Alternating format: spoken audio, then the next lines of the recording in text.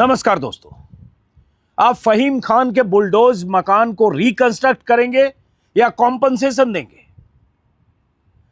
यह वो सवाल है जो बॉम्बे हाईकोर्ट की नागपुर बेंच ने नागपुर नगर निगम से पूछा है कि फहीम खान के जिस मकान को आपने ध्वस्त कर दिया था उसका पुनर्निर्माण कराएंगे या मुआवजा देंगे? अब सोचिए, नगर निगम को जवाब देना है। अगली तारीख मुकर्रर है। तस्वीर स्क्रीन पर देख रहे हैं।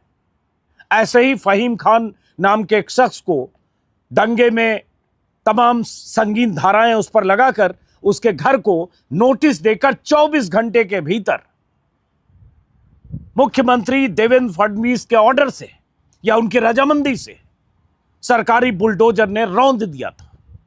साल था 2025, तारीख थी 24 मार्च।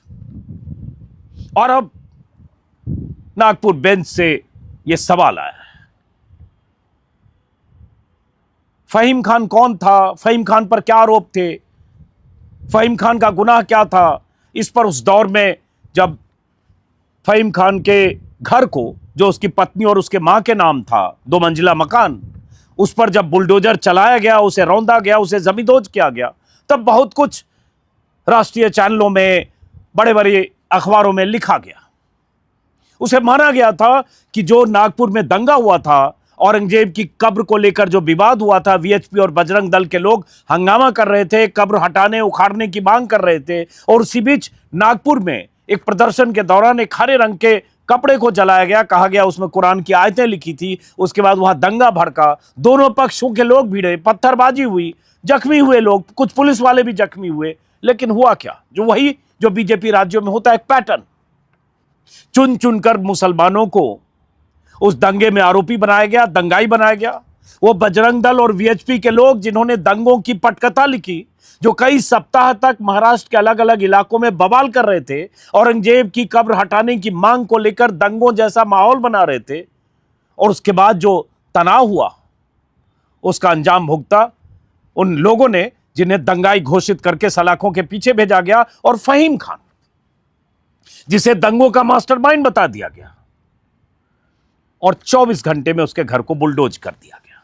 अब अगर नागपुर बेंच बॉम्बे हाईकोर्ट का यह सवाल करता है, जिसका जवाब मैं खबर में देख रहा हूं कि अगली सुनवाई 4 मार्च को निर्धारित की गई है, और उसके पहले नागपुर नगर निगम को बताना है कि जिस घर को आपने अपने बुलडोजर से रौंदा था, उस घर को आप बनवा कर देंगे, रिबिल्ड करेंगे या कॉम्पनसेशन देंगे। क्योंकि जिस ढंग से इस घर को रौंदा गया था, वो सुप्रीम कोर्ट के निर्देशों के, सुप्रीम कोर्ट की गाइडलाइंस की धज्जियां उड़ाकर रौंदा गया था। फहीम खान पर भी देशद्रोह के मामले दर्ज हुए। मास्टरमाइंड तो कहा ही गया। फहीम खान के साथ लगभग 125 लोगों को उस वक्त गिरफ्तार किया गया। जो महाराष्ट्र के मुख्यमंत्री हैं देवेंद्र फडणवीस, तब देवेंद्र फडणवीस ने नागपुर में प्रेस कॉन्फ्रेंस की थी, और उन्होंने कहा था, 21 मार्च को प्रेस कॉन्फ्रेंस की थी, और ये दंगा भड़का था 17 मार्च को।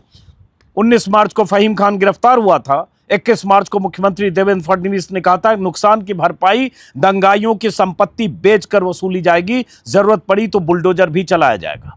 और मुख्यमंत्री जब ये कह रहे थे, उसके पहले सुप्रीम कोर्ट की गाइडलाइंस आ चुकी थी। जस्टिस गवई की बेंच का सख्त फैसला कि किसी भी सूरत में 15 दिन के नोटिस के बगैर, और एक गाइडलाइन में बहुत सारे पैरामीटर थे, उसके बगैर आप किसी के घर मकान को नहीं गिरा सकते। साथ में यह भी कि अगर किसी मामले में कोई आरोपी है तो बिना अदालती प्रक्रिया के अगर घर गिराते हैं तो सजा उसकी पत्नी, उसके परिवार, उसके परिजनों को मिलती है, जिसका इस दंगे में या इस आरोप से जिसका कोई लेना देना नहीं है। सुप्रीम कोर्ट के जस्टिस कह चुके थे, फैसला दे चुके थे। उसके बाद एक मुख्यमंत्री ने कहा कि जरूरत पड़ी तो बुलडोजर चलाया जाएगा। बुलडोजर चला, फहीम खान के घर पे चला, क्योंकि फहीम खान होना ही बीजेपी राज्य में बुलडोजर चलाने के लिए काफी है। तस्वीर स्क्रीन पर देख रहे हैं। और उसके बाद कहा गया कि यह गैर कानूनी ढंग से बना, यह गलत कंस्ट्रक्शन है। अब इसकी कहानी यह है कि फहीम खान लगभग 38-39 साल उनकी उम्र है। संजय बाग कॉलोनी में मकान था, और वो मकान उनकी पत्नी के नाम पर है, लेकिन बीएमसी ने क्या किया, यही पैटर्न है कि जब आप किसी को आरोपी बनाते हो, संदिग्ध बनाते हो, पकड़ते हो, अगर मुसलमान है, बार बार कह रहा हूं, पॉइंट टू बी नोटेड, अगर वो मुस्लिम है तो आप उसके घर, मकान, दुकान जो भी है उसको आप गैर कानूनी घोषित करने की प्रक्रिया अपनाते हो, और उसके बाद उसकी भी प्रक्रिया है। अगर किसी ने इलीगल कंस्ट्रक्शन किया उसके लिए भी नोटिस देना होता है 15 दिन के लिए, उसको जवाब देने का वक्त देना होता है, लेकिन यह सब कुछ भी नहीं अपनाया जाता। इस केस में हुआ कि बीएमसी ने 24 मार्च को नोटिस दिया, 23 मार्च को, माफ कीजिए, 23 मार्च को नोटिस दिया, और 24 मार्च को 24 घंटे के अंदर बुलडोजर से फहीम खान के उस मकान को गिरा दिया, 3 मंजिला मकान को, जो उनकी पत्नी के नाम पे है। चूंकि वो राजनीतिक तौर पर सक्रिय थे, चुनाव लड़ चुके थे, 2024 में गडकरी के खिलाफ चुनाव लड़ चुके थे, हालांकि वोट उन्हें महज 1000 आए। सियासी तौर पर गडकरी के सामने उनकी कोई हैसियत ना हो, लेकिन सियासी शख्सियत हैं, सियासी तौर पर सक्रिय थे, बीजेपी के लिए बहुत मुफीद शख्स थे कि ऐसे मामले में जहां दंगा भड़का, बस कुछ ऐसे लोगों को जो जाने पहचाने चेहरे हैं उनको फिक्स करो, उन पर संगीन धाराएं लगाओ, उनके घर, मकान, दुकान को तोड़ दो। फहीम खान का मकान, 3 मंजिला मकान तोड़ा गया।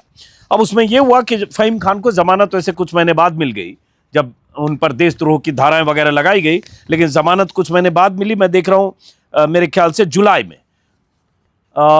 अप्रैल, मई, जून, 3-3.5 महीने लगभग वो जेल में रहे। जमानत जब मिली तो फहीम खान के वकील ने कहा, अश्वनी इंगोले ने, कि हमने अदालत में स्पष्ट रूप से साबित किया कि फहीम खान का इस हिंसा को भड़काने में कोई हाथ नहीं था। पुलिस ने उनके खिलाफ देशद्रोह जैसा गंभीर आरोप लगाया था, लेकिन कोर्ट ने हमारे तर्कों को स्वीकार करते हुए जमानत दे दी। लगभग 125 के आसपास लोग इसमें पकड़े गए थे, ज्यादातर को, 80-90 को कुछ ही 1-2 महीने के भीतर जमानत मिल गई थी, ज्यादातर लोगों को जमानत मिल गई, और पकड़े जाने वाले में मैक्सिमम मुस्लिम थे। ऐसा जैसे दंगा एक पक्ष करता हो, पथराव अगर दोनों तरफ से हुआ, आगजनी की घटना हुई, उसके पहले पटकथा लिखी गई, उसके पहले भड़काऊ नारे लगे, उसके पहले भड़काऊ तरीके से वहां पे प्रदर्शन हुए, इस तरह से माहौल बनाया गया कि दंगा भड़के, वो दंगाई नहीं थे जो ये सब कर रहे थे। उस पक्ष के लोग जो बीजेपी राज्य में मान लिए जाते हैं कि दंगे के लिए जिम्मेदार सिर्फ ये है, उसी में से फहीम खान थे। तो अब इस ऑर्डर के बाद, इस सवाल के बाद अब फैसला आना है, अगली सुनवाई तक नगर निगम को अपना जवाब देना है। लेकिन सवाल यही उठता है कि सुप्रीम कोर्ट के उन आदेशों का क्या, उस फैसले का क्या, उन निर्देशों का क्या, जिसमें कहीं भी बुलडोजर इस तरह से नहीं चलाए जा सकते जैसे यूपी, मध्य प्रदेश या महाराष्ट्र में चले, या जैसे फहीम खान के घर पर चले। नवंबर 2024 में जस्टिस गवाई की बेंच ने यह फैसला दिया था, जिसमें जस्टिस गवाई ने कहा था, उस बेंच ने कहा था कि अफसर जज नहीं बन सकते, 15 दिन के नोटिस के बगैर निर्माण गिराया तो अफसर के खर्च पर दोबारा बनाना होगा। 15 दिन के नोटिस के बगैर, और यहां 24 घंटे में घर गिराया गया, जो घर उनकी पत्नी के नाम था। और क्या कहा जस्टिस गवाई में ने उससे पहले एक सवाल कि हाईकोर्ट ने, नागपुर बेंच ने सुप्रीम कोर्ट के निर्देशों का, सुप्रीम कोर्ट की गाइडलाइंस का हवाला देते हुए ही ये नागपुर नगर निगम से पूछा है। तो फिर सवाल ये भी है कि सुप्रीम कोर्ट ने यह भी कहा कि अगर 15 दिन के नोटिस के बगैर आप गिराते हैं, गलत तरीके से गिराते हैं, तो फिर अफसर के खर्च पर दोबारा बनाना होगा। तो क्या ऐसा भी निर्देश सुप्रीम कोर्ट माफ करें, नागपुर बेंच की तरफ से ऐसा भी निर्देश, आदेश आएगा क्या? उसका हमें इंतजार करना पड़ेगा। क्या कहा, एक बार फिर से हम सिर्फ रिकॉल करने के लिए कि जस्टिस गवाई की बेंच ने जब फैसला दिया था, उन्होंने 15 गाइडलाइंस बनाई थी, जिसमें कहा अधिकारी खुद जज नहीं बन सकते, अधिकारी कानून अपने हाथ में लेता है तो एक्शन उसके खिलाफ लिया जाएगा, सिर्फ आरोपी है, कोई आरोपी है, ऐसे में उसकी प्रॉपर्टी गिरा देना बिल्कुल असंवैधानिक है। जब एक कंस्ट्रक्शन को अचानक गिराए जाने के लिए चुना जाता है, दूसरे को नहीं तो बदनीयती दिखती है, क्योंकि बार बार होता है कि अगर एक किसी मामले में, दंगे में, झगड़े में 5 लोग पकड़े गए, उसमें से अगर 3 मुस्लिम है, बुलडोजर मुसलमानों के घरों की तरफ जाता है। उसके बाद जस्टिस गवाई ने कहा था, घर वर्षों का संघर्ष होता है, इसे गिराया जाए तो अधिकारी को साबित करना होगा कि यही कोई आखिरी विकल्प है। यह भी कहा था, जब तक कोई दोषी नहीं, वह निर्दोष है, और उसका घर गिराना पूरे परिवार को दंडित करना है, ये मंजूर नहीं। यही तो बात है कि अगर फहीम खान का घर जिसे गिराया गया, जो उनकी मां के नाम से है, माफ करिए बार बार मां बोल रहा हूं, उनकी पत्नी के नाम से है, तो फिर पत्नी का क्या कसूर, या उनका परिवार उसमें रहता था, उसका क्या कसूर? और सबसे बड़ी बात, कोई गाइडलाइंस का पालन क्यों नहीं हुआ? घर कोई अगर सालों से है, मध्य प्रदेश से खबर आई थी कुछ दिन पहले, वर्षों से कोई घर है, 10 साल 20 साल से कई जगह, और अचानक अगर पुलिस को गिराना होता है, बीजेपी राज में गिराना होता है, तो फिर आप अचानक कहते हैं कि अवैध था, इलीगल था। वही प्रयागराज में हुआ था, जावेद पंप के घर को गिराया गया। सुप्रीम कोर्ट का एक फैसला यूपी के संदर्भ में आया था, जहां एक प्रोफेसर, एक डॉक्टर, 2-3 एक्टिविस्ट, उन सबके घर इसलिए गिरा दिए गए। कहा गया कि उसका अतीक अहमद के साम्राज्य से रिश्ता है या अतीक अहमद की जमीन पर बना है, जबकि वो गलत था। याचिकाकर्ता सुप्रीम कोर्ट पहुंचे, सुप्रीम कोर्ट ने माना और ऑर्डर दिया कि ये 5 या 6 याचिकाकर्ता थे, अगर मुझे याद है, सबको 10-10 लाख का मुआवजा दिया जाए। ये प्रयागराज नगर निगम के लिए सुप्रीम कोर्ट का ऑर्डर है, पिछले साल का ही। और यूपी में ही एक मामला हुआ था मोहित खान का, अयोध्या के रहने वाले मोहित खान, जो समाजवादी पार्टी के नेता हैं, उन्हें एक गैंग रेप में फंसाया गया, गलत तरीके से उन्हें नामजद किया गया, पूरी बीजेपी की मशीनरी उनके पीछे पड़ी। खुद मुख्यमंत्री योगी आदित्यनाथ तक ने विधानसभा में उनके खिलाफ बयान दिया, और मोहित खान के बेकरी को और एक ऐसे कॉम्प्लेक्स को जिसकी वो देखरेख करते थे, जिन पर उनका मालिकाना हक भी नहीं था, सबको बुलडोज कर दिया गया। और फैसला जब आया कोर्ट का अभी कुछ दिन पहले, जनवरी के आखिरी हफ्ते में, तो मोहित खान को उस गैंग रेप से बरी कर दिया गया। कोर्ट ने माना कि गैंग रेप में उनके खिलाफ कोई सबूत नहीं है। जिस बच्ची का, नाबालिग बच्ची का गैंग रेप हुआ, कहा गया उनकी बेकरी के पास या उनके किसी एम्प्लॉय ने किया, उस एम्प्लॉय को सजा मिली या उस एम्प्लॉय को दोषी माना गया, लेकिन मोहित खान के खिलाफ कोई सबूत नहीं मिला। अदालत ने माना, तमाम तरह की गवाहियों के बाद, डीएनए मैच न होने की वजह से और कोई सबूत न मिलने की वजह से उन्हें बरी कर दिया गया। तो जिस आरोप से मोहित खान बरी हो गए, उस मोहित खान का घर, बेकरी और कॉम्प्लेक्स या जहां जो भी उनकी जगह थी, सबको बुलडोज कर दिया गया। अब उसकी भरपाई कौन करेगा? कोर्ट में फैसला आया नहीं, कोर्ट में ट्रायल शुरू हुआ नहीं, चार्जशीट हुई नहीं, चार्जेस फ्रेम हुए नहीं, और बुलडोजर चल पड़ता है। उस वक्त भी बहुत सारे लोगों ने सवाल उठाया, लेकिन कई बार ऐसा भी लगता है कि सुप्रीम कोर्ट तमाशबीन बना रहता है। निर्देश दे दिए सुप्रीम कोर्ट ने, गाइडलाइंस बना दी सुप्रीम कोर्ट ने, फैसला आ गया सुप्रीम कोर्ट से, बावजूद इसके बुलडोजर चलते रहते हैं, और उसके बाद गाहे बगाहे योगी आदित्यनाथ जैसे मुख्यमंत्री बयान भी देते रहते हैं, सिर्फ इसलिए कि उन्हें लगता है कि ठीक है, सुप्रीम कोर्ट ने गाइडलाइंस बना दी, हम अपनी हिंदू मुस्लिम वाली राजनीति में हिंदुओं को की तुष्टिकरण के लिए, मुसलमानों को उसकी औकात जताने के लिए बुलडोजर चलाते रहेंगे। क्या फर्क पड़ता है? कभी अगर किसी हाई कोर्ट ने या सुप्रीम कोर्ट ने कह दिया इनको मुआवजा दो, दे देंगे मुआवजा, राजनीति अपने तौर पर चलती रहेगी, और यही होता है। यहां भी क्या होगा? हो सकता है हाई कोर्ट ने अगर सीधा सीधा ऑर्डर दे दे कि ठीक है, इनको कॉम्पनसेशन दीजिए, नगर निगम कहे कि ठीक है, हम कॉम्पनसेशन दे देंगे। तो सुप्रीम कोर्ट के ऐसे तमाम ऑर्डर, खासतौर से जस्टिस गवई के 2024 के फैसले के बाद हाई कोर्ट का ऑर्डर, इसमें फहीम खान का घर जब गिराया जा रहा था, जब नोटिस दिया गया और लगा कल गिरा देंगे, तो हाईकोर्ट पहुंचे थे उनके वकील, और हाईकोर्ट में जब तक सुनवाई होती, हाईकोर्ट सुप्रीम कोर्ट के दिशा निर्देशों का हवाला देकर रोकने का ऑर्डर देता, तब तक उनका मकान बुलडोज कर दिया गया था, और तब भी हाईकोर्ट ने एतराज जताया था कि आपने इतनी जल्दबाजी क्यों दिखाई।